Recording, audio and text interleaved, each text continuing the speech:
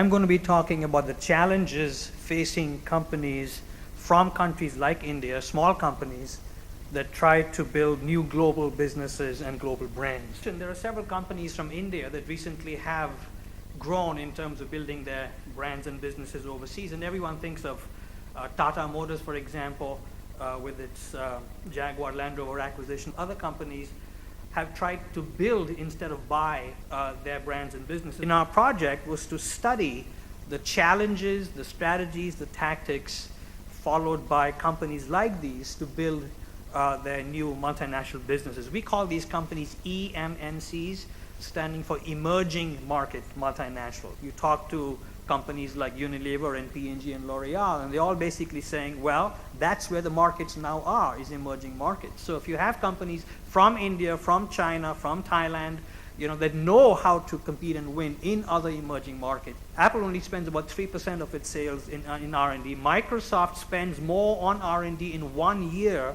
than Apple has spent in 10 years. But the reason why Apple does so well is that limited amount of money it's spending on R&D is being focused in just those areas where it makes a huge difference to the customer experience. And that's the kind of company that GE is afraid of, because they have a very different way of operating, very different from Siemens and Philips, which are the traditional competitors. Now what they do is they develop new ways of maintaining and enhancing this low-cost advantage. So for example, you take the Chinese company BYD, which used to make NiCad batteries, wanted to go into lithium-ion batteries.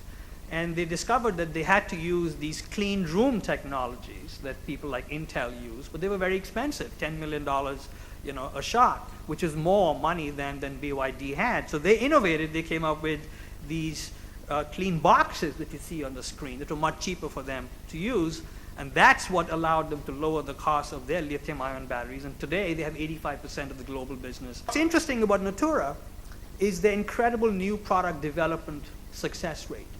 They come up with a new product every 3 days, and like 3M, 2/3 of their revenues in every year is from products less than 3 years old. They also have a very successful sales force, and one reason their sales force is so successful is that their sales force always has new products to talk about. The companies from India and China that seem to do this seem to follow what's called the light touch or soft touch strategy, where it's much more hands-off management of the acquired company, which has turned out to be very, very successful. What Wipro did is they said we need to target these, the CIOs of the top Fortune 1000 companies. Where do we reach them? Not through mass media, we don't have the money for that. Let's reach them in airport lounges. So they go into Frankfurt, Heathrow, Narita, and Kennedy, I guess, and a couple of other airports.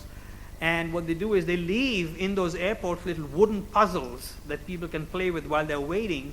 And if you win, you crack that puzzle, it sends you to the Wipro website to get a prize. And the best companies do that. Taj Hotels, for example, in building their global brand, got rid of their weak properties in New York City. Companies need to be very, very focused because your resources are slim. You need to leverage existing competencies and build the new ones we talk about. And the main competency that more and more companies need to invest in is in innovation, using the low-cost advantages that we have if you are based in the emerging market.